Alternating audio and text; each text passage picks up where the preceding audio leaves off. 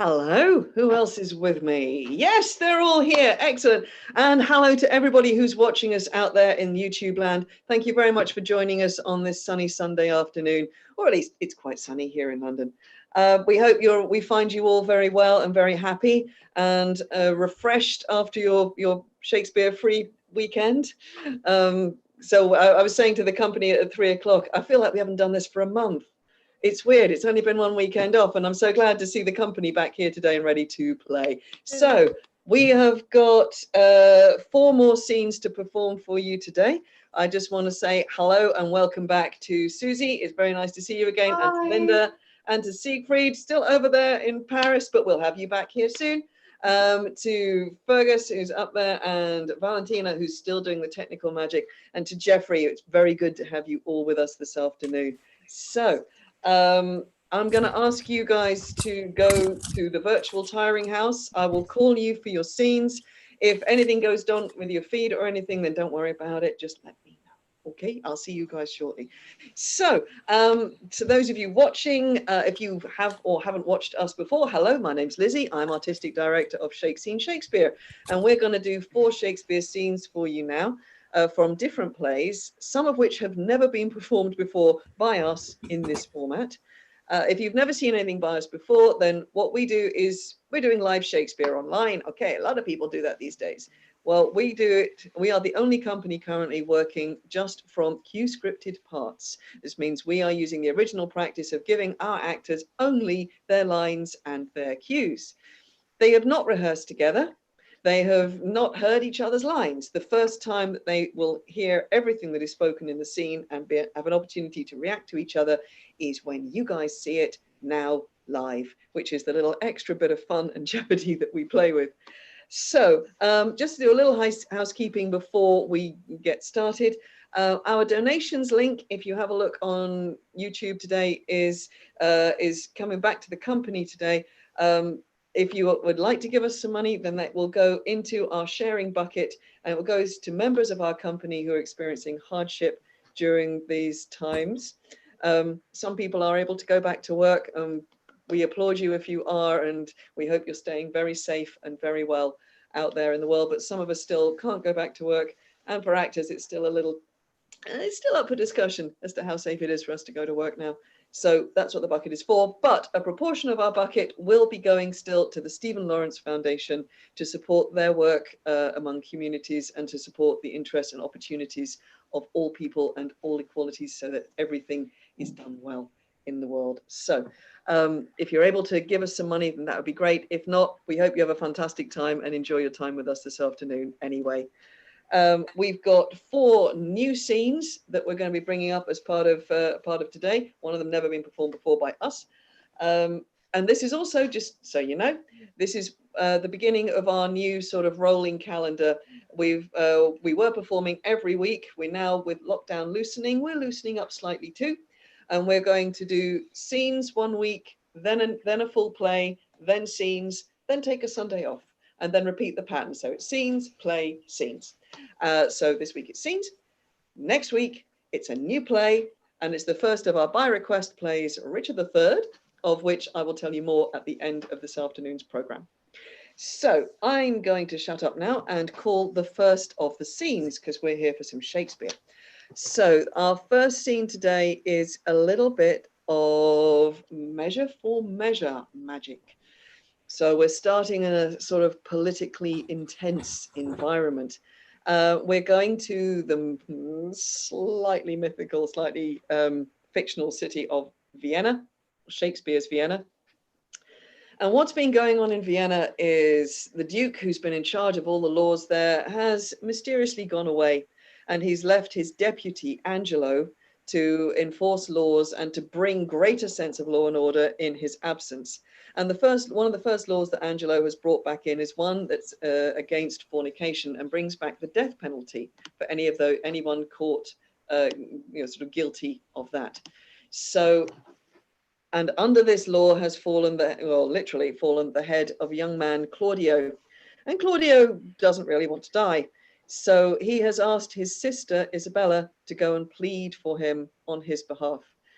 He has sent his friend Lucio to ask her if if she will please go do that for him.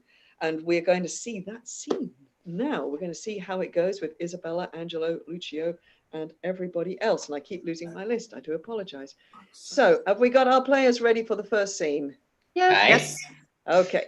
So, you know the rules. Some things don't change. As soon as I vanish, you guys come on. Enjoy yourselves. Have a good time with a little bit of pleading and a little bit of political chicanery. Okay? The stage is yours.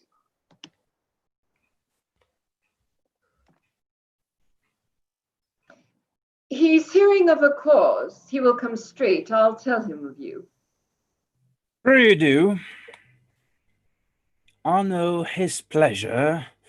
Maybe he will relent. Alas, all sects, all ages smack of this vice, and he to die for it? And now, what's the matter, Provost? Is it your will Claudio shall die tomorrow? Did not I tell ye yea? Hast thou not order? Why dost thou ask again?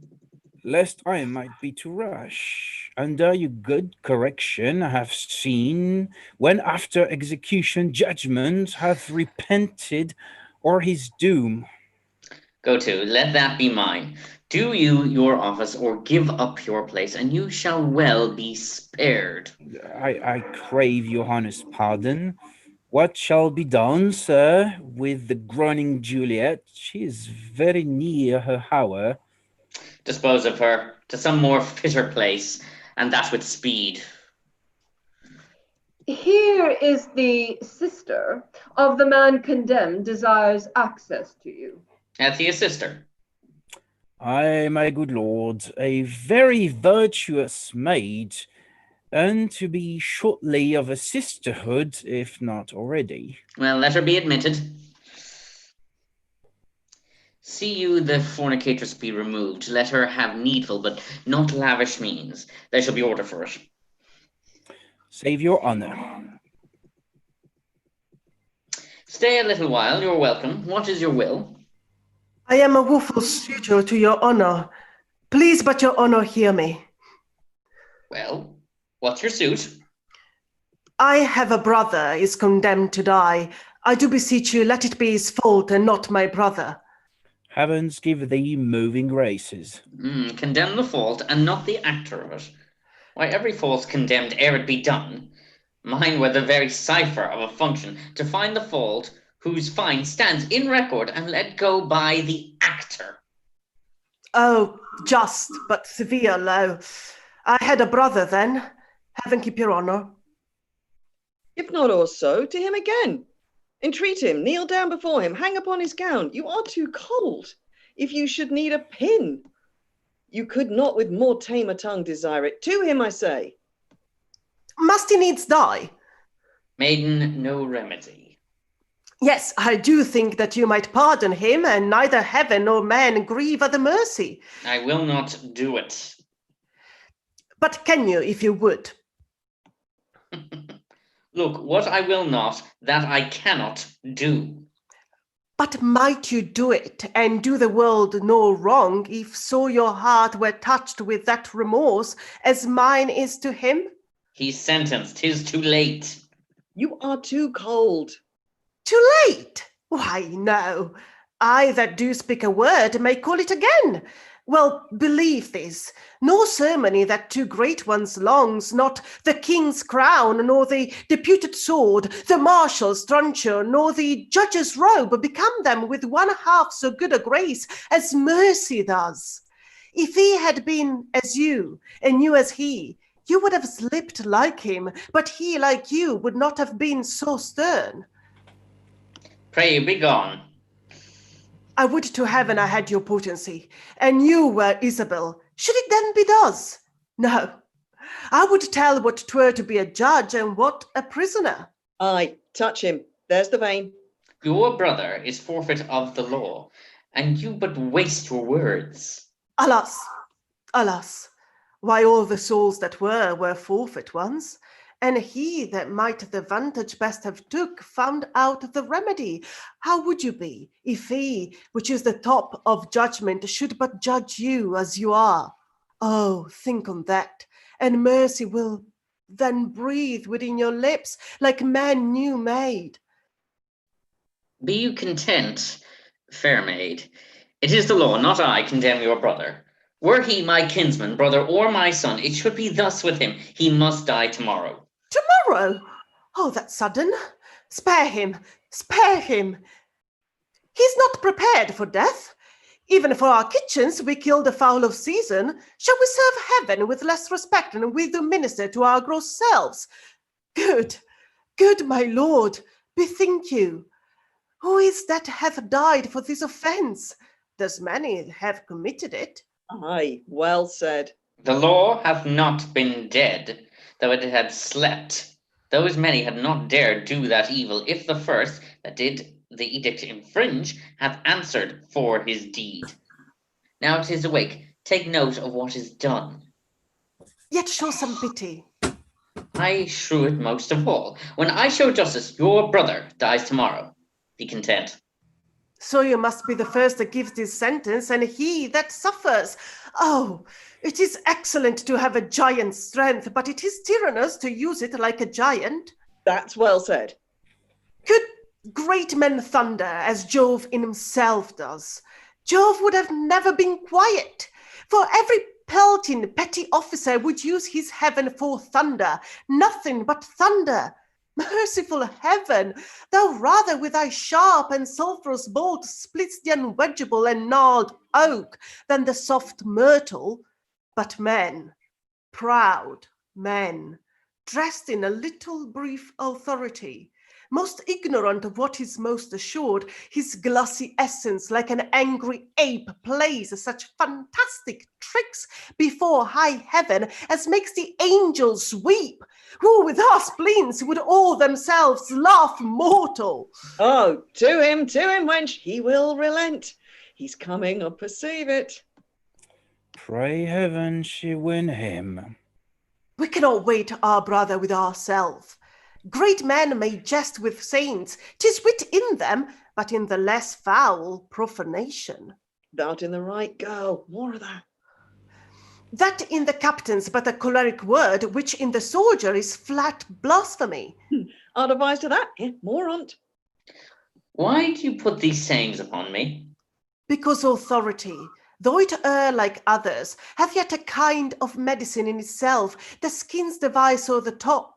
Go to your bosom, knock there, and ask your heart what it doth know that's like my brother's fault. If it confess a natural guiltiness such as is his, let it not sound a thought upon your tongue against my brother's life. She speaks, and 'tis such sense that my senses breed with it. Fare you well. Gentle my lord, turn back. I will bethink me. Come again tomorrow. Hark, I'll bribe you. Good my lord, turn back. How? Bribe me? Aye, which with such gifts that heaven shall share with you. You had marred all else. Not with fond sickles of the tested gold, or stones which rate are either rich or poor as fancy values them, but with true prayers, that shall be up at heaven and enter there ere sun rise. Well, come to me tomorrow. Go to, 'tis well. Away. Heaven keep your honour safe. Amen. For I am that way going to temptation, where prayers cross. At what hour tomorrow? Shall I attend your lordship? Any time for noon. Save your honour. Well done, guys. Thank you all very much. That was great fun. Thanks for letting me play along as well. I don't often get to play. Love it. Love it. An amazing scene there. Lovely to see it all together. So let me just check. We need to move quite quickly from Vienna to the forest, well, to the court of Ardennes. So we need, I think we need to give Valentina a couple of minutes to make a quick change, and Suzanne to make sure that she's ready as well. So we are going to move straight from Vienna to Ardennes. We are going to the court of the new Duke, and it is not a particularly happy place at this point in the story. The Duke Senior has been ousted by his brother, Duke Frederick, and Duke Frederick's daughter, Celia, still has the company of her cousin, Rosaline. But all is not entirely happy again in this political environment, and things are rumbling around. There is threat against poor Rosaline. In the meantime, at the court, there has just been a wrestling match at which Rosaline has met and fallen instantly in love with the young man, Orlando. And we don't really know what's going to happen with that story. We don't know how it might play out. But at this stage, we have two best friends, two cousins closer than sisters, Celia and Rosaline, talking about love and happy days to start with, and we'll see what happens thereafter. So, Celia and Rosaline, are you ready? Yes. Ready? Awesome, wonderful, lovely to have you guys along. So, when I vanish, the stage is yours, and I'm not popping up in this one, promise.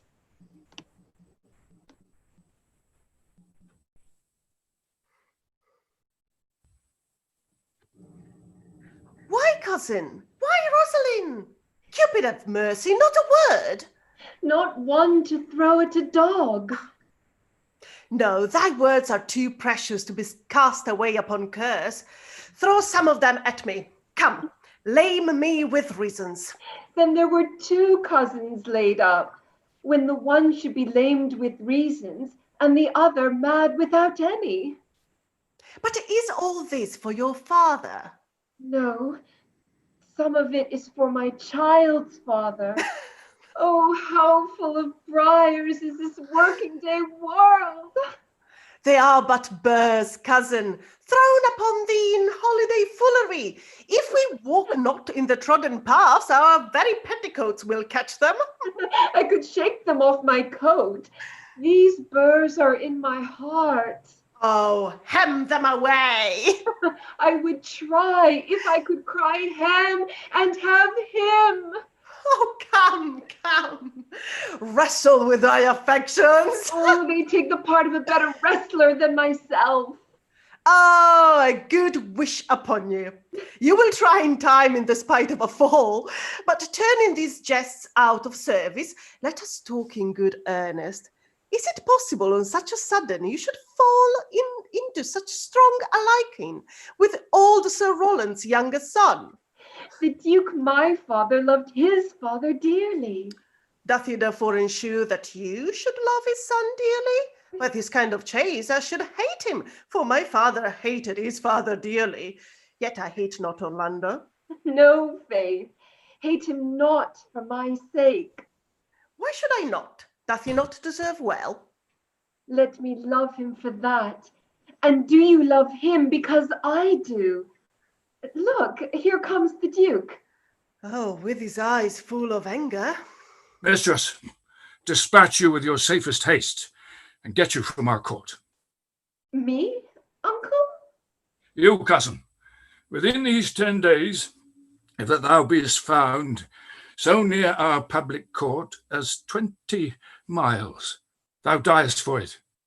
I do beseech your grace. Let me the knowledge of my fault bear with me. If with myself I hold intelligence or have acquaintance of mine own desires, if that I do not dream or be not frantic, as I do trust, I am not, then, dear uncle, never so much as in a thought unborn did I offend your highness. Thus, do all traitors, if their purgation did consist in words, they are as innocent as grace itself. Let it suffice thee that I trust thee not. Yet your mistrust cannot make me a traitor. Tell me whereon the likelihood depends. Thou art thy father's daughter. There's enough. So was I when your highness took his dukedom. So was I when your highness banished him. Treason is not inherited, my lord, or if we did derive it from our friends, What's that to me? My father was no traitor. Then good my liege, mistake me not so much to think my poverty is treacherous.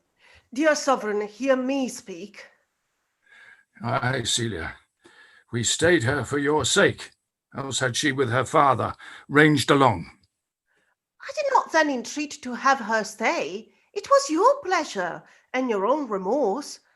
I was too young that time to value her, but now I know her. If she be a traitor, why, so am I. We still have slept together, rose at an instant, learned, played, ate together, and wheresoever we went, like Juno's swan, still we went coupled and inseparable. She is too subtle for thee, and her smoothness, her very silence and her patience speak to the people. Thou art a fool. She robs thee of thy name, and I will show more bright and seem more virtuous when she is gone. Then open not thy lips. Firm and irrevocable is my doom, which I have passed upon her. She is banished. Pronounce that sentence then on me, my liege. I cannot live out of her company. You are a fool. You, nurse, niece, provide yourself. If you outstay the time, upon my word, and in the fullness of my honour, thou die. Oh, my poor Rosalind, whither wilt thou go? Wilt thou change parents? I will give thee mine. I charge thee, be not thou more grieved than I am. I have more cause. Oh, thou hast not, cousin. Prithee be cheerful. Knowest thou not the Duke hath banished me, his daughter? That he hath not. No, hath not. Rosalind lacks then the love which teacheth thee that thou and I am one. Shall we be sundered? Shall we part, sweet girl? No. Let my father seek another heir. Therefore devise with me how we may fly. Whether to go, and what to bear with us, and do not seek to take your change upon you, to bear your griefs yourselves, and leave me out, for by this heaven, now at our sorest pale, say what thou canst, I'll go along with thee. Why, whither shall we go? To seek my uncle in the forest of Arden? Alas, what danger will it be to us maids, as we are to travel forth so far? Beauty provoketh thieves sooner than gold. I'll put myself in poor and mean attire. The like do you. So shall we pass along and never stir assailants. Were it not better that I did suit me all points like a man? A gallant curtal axe upon my thigh, a boar spear in my hand, and in my heart lie there what hidden woman's fear there will have a swashing and a marshal outside, as many other mannish cowards have that do outface it with their semblances. What shall I call thee when thou art a man? I'll have no worse a name than Jove's own page, and therefore look you call me Ganymede. But what will you be called? Ah, no longer Celia, but Aliena. Cousin, what if we essayed to steal the clownish fool out of your father's court? Would he not be a comfort to our travel? He'll go along o'er the wide world with me. Leave me alone to woo him. Let's away and get our jewels and our wealth together. Devise the fittest time and safest way to hide us from pursuit. That will be made after my flight. Now, go in with content to liberty and not to banishment. Bravo! Well done, everybody. That's lovely. I tell you, anybody out there who says you can't do real acting over Zoom, I would just say watch those first two scenes, because those guys just pulled absolute blinders. Thank you so much. I love it. I always feel so incredibly honored that actors will come and do this work at all, because it's a bit crazy. But when they are terrific people and they really give it everything, like those guys just did, then it's just wow, this is why I came into theatre, and this is why I get so excited that we still get to make theatre, even though we're doing it this way. And it still has great value. Okay, shut up now. Right. Our next scene, we are halfway through our program, and we're going to do a little bit of Two Gents. So we're going off, actually to Milan, not to Verona, because we're going to the court of the Duke of Milan to see what's going on there. And I'm just going to chat and give you the bit of the story so that people can get themselves ready, because we need a Duke, we need a Thurio, and we need a Proteus. Actually, you guys should all be ready. So, okay, we are going in about halfway through the story.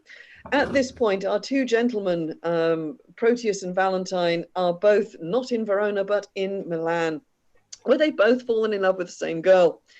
And well, that's pretty complicated by itself, but Proteus has basically, well, not basically, he has absolutely dropped his friend Valentine in it, betrayed him and his plot to run away with the fair Sylvia to her father, the Duke.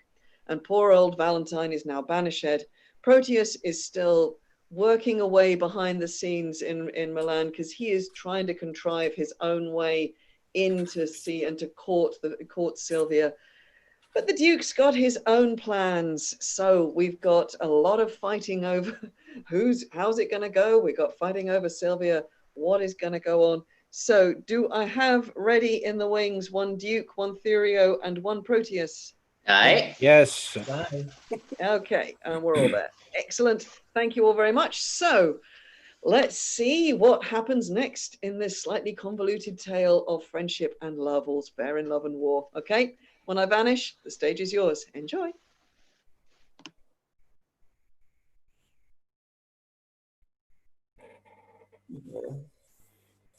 Sir Turio, fear not, but that she will love you now Valentine is banished from her sight. Since his exile, she had despised me most, forsworn my company, and railed at me that I am desperate of obtaining her. This weak impress of love is as a figure trenched in ice, which with an hour's heat dissolves to water and doth lose his form. A little time will melt her frozen thoughts, and worthless Valentine shall be forgot. How now, Sir Proteus? Is your countryman, according to our proclamation, gone? Gone, my good lord. And my daughter takes his going grievously? A little time, my lord, will kill that grief. And so I believe. But Thurio thinks not so. Proteus, the good conceit I hold of thee, for thou hast shown some sign of good desert, makes me the better to confer with thee. Longer than I prove loyal to your grace, let me not live to look upon your grace. Thou knowest how willingly I would effect the match between Sir Thurio and my daughter. I do, my lord.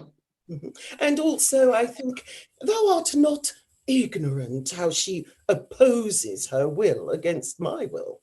She did, my lord, when Valentine was here. Aye, and purposely she perserves so. What might we do to make the girl forget the love of Valentine and love Sir Thurio? The best way is to slander Valentine with falsehoods, cowardice, and poor descent. 3 things that women highly hold in hate. Aye. But she'll think that it is spoke in hate. Aye, if his enemy delivers. Therefore, it must with circumstance be spoken by one whom she esteemeth as his friend. Then you must undertake to slander him. And that, my lord, I shall be loath to do. 'Tis an ill office for a gentleman, especially against his very friend.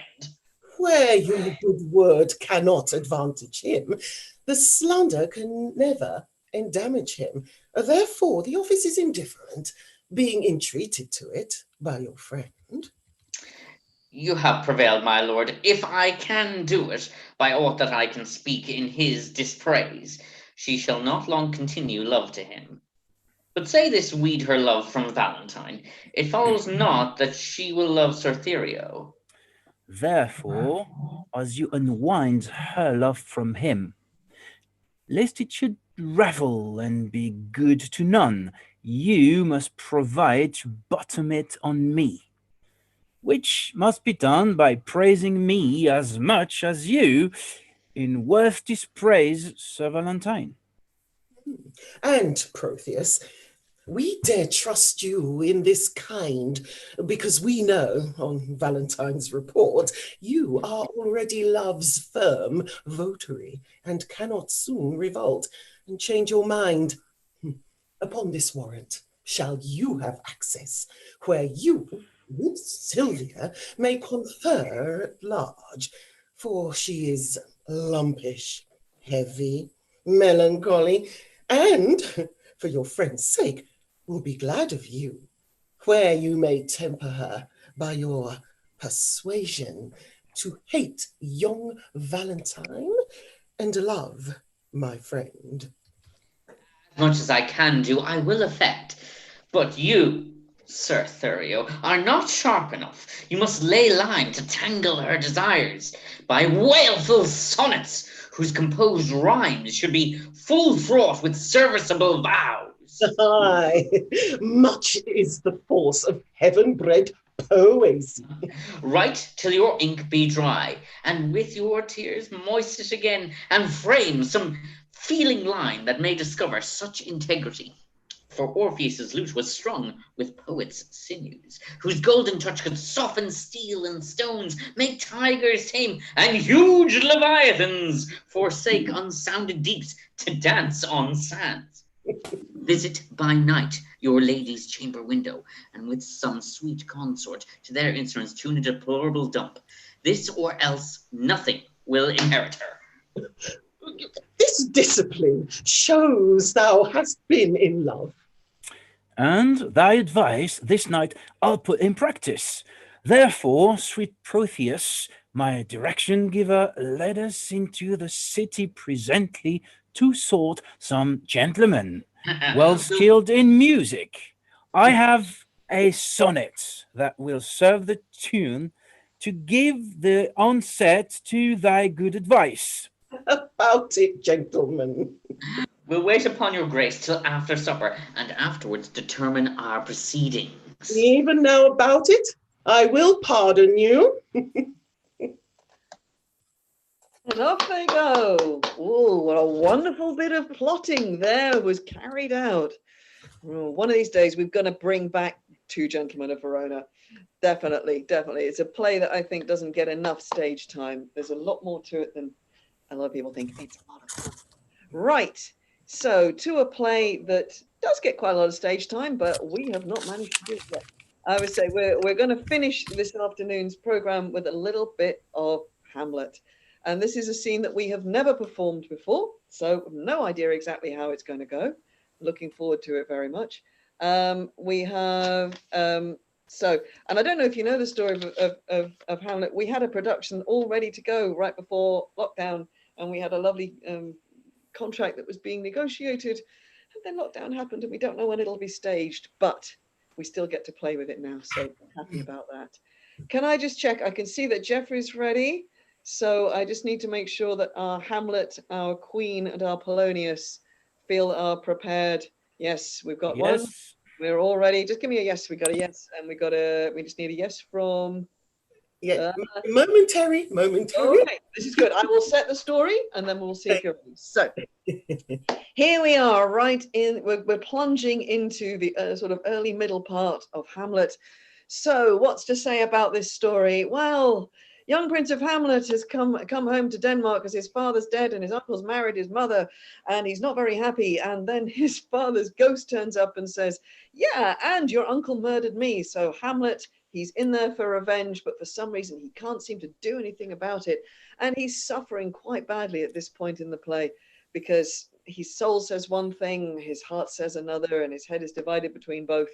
So let us see what's been going on. We have a very busy Polonius, senior sort of courtier to the king, who has an idea about what the problem may in fact be. So are we ready now, Linda? Yes, indeed. Excellent timing. So, and this is our final fling for this afternoon. Let's see how it goes. Let's have some fun, people. I can't wait to see what this is going to play out like. Okay, when I go, the stage is yours. Enjoy.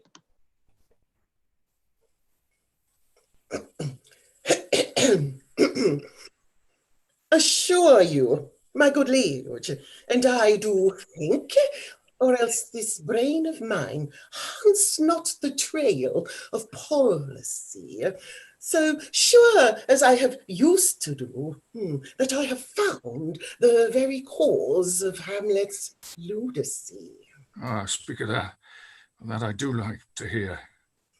My liege and madam, to expostulate what majesty should be, what duty is, why day is day, night and night, and time is time, were nothing but to waste night, day, and time. Therefore, since brevity is the soul of wit, and tediousness the limbs and outward flourishes, I will be brief. Your noble son is mad. Mad, I call it, for to define true madness, what is but to be nothing else but mad. But let that go. More matter with less art. Madam, I swear I use no art at all. That he is mad, 'tis true, 'tis true. 'Tis pity, and pity it is true. A foolish figure, but farewell it, for I will use no art. Mad, let us grant him then, and now remains that we find out the cause of this effect, or rather say, the cause of his defect. for this effect, defective, comes by course, thus it remains the remainder thus repend. I have a daughter, while she is mine, who in her duty and obedience mark hath given me this. Now gather and surmise. To the celestial and my soul's idol, the most beautiful Ophelia. That's an ill phrase, a wild phrase. Beautified is a fine phrase. Came these from Hamlet to her? Good madam, stay a while, I will be faithful. Doubt thou, stars of fire, doubt that the sun doth move, doubt truth to be a liar, but never doubt I love thee. Adieu. But how has she received his love? What do you think of me? As a man faithful and honourable. I would fain prove so, but what might you think? When I had seen this hot love on the wing, as I perceived it, I precepts gave her that she should lock herself from his resort, and he, repulsed, a short tale to make, fell into a sadness, then to a fast, thence to a watch, thence to a weakness, thence to a lightness, and by this declaration into the madness whereon he now raves, and all we wail for. Do you think 'tis this? It may very likely. Take from this, if this be otherwise. But look very sadly the poor wretch comes reading. Away, I do beseech you, both away. I'll board him presently. How does my good Lord Hamlet? Well, God a mercy. You know me, my lord? Excellent, excellent. Well, you are a fishmonger. Not I, my lord. Then I would you were so honest a man. Have you a daughter? I have, my lord. Let her not walk its son. Friend, look to it. What do you read, my lord? Words. What is the matter, my lord? Between who? I mean, the matter you read, my lord. Slender, sir. For the satirical slave says here that old men have grey beards, that their faces are wrinkled, and that they have a plentiful look of wit. Though this be madness, yet there is method in it. When you walk out of the air, my lord. Into my grave? Indeed, that is out the air. How pregnant sometimes his replies are. My honourable lord, I will most humbly take my leave of you. You cannot, sir, take from me anything. That I will more willingly part with all, except my life. My life. Fare you well, my lord. Well done. Thank you very much again. Oh, I wish we could do our Hamlet. We will do it one day. Thank you so much, Siegfried. That was lovely. I know. What was your favorite word again? You were so looking forward to saying this. What was it? Well, the favorite words is actually words. Words. Oh, words. I Words. thought it was fishmonger. That's the best line of the play. Words.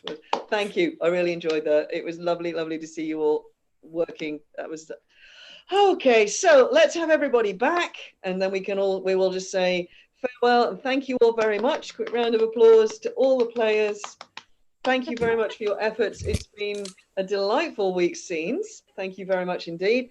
I think we will see. Yeah, we have all of you coming back in Richard III next week in some capacity or another. So to those of you watching, thank you for joining us again this afternoon. Thank you for those of you who've donated, very much appreciated. All goes to very good causes. Please join us if you're able, 3 o'clock next Sunday afternoon. I am going to warn you though, Richard III, it's going to be a long one. It's a full Shakespeare Game of Thrones epic because I have barely edited it. We have all kinds of characters that I've never seen before actually included. So this is going to be fun. But seriously, we're going to have 2 intervals. We anticipate it being at least 4 hours, possibly longer. So if you're not able to join us for the whole performance, we freely give you leave to depart and come back or join us for part of it. It'll be on YouTube anyway, so you won't miss out. But it'll be on for 3 days. Eh? It'll be on for 3 days. Yes, well, it'll be back permanently once we get it sorted out because everything comes together. We will see you all again. Thanks to all of you. Everybody have a lovely, safe week. If you're out and socializing, then please keep your hands clean, wear a mask if you're able. We want to keep seeing all of you and entertaining you all for many, many, many weeks to come. So see you all very soon. Have a good week. And I'll see you lot for Richard III next week. Farewell all. See you soon. Bye. Bye.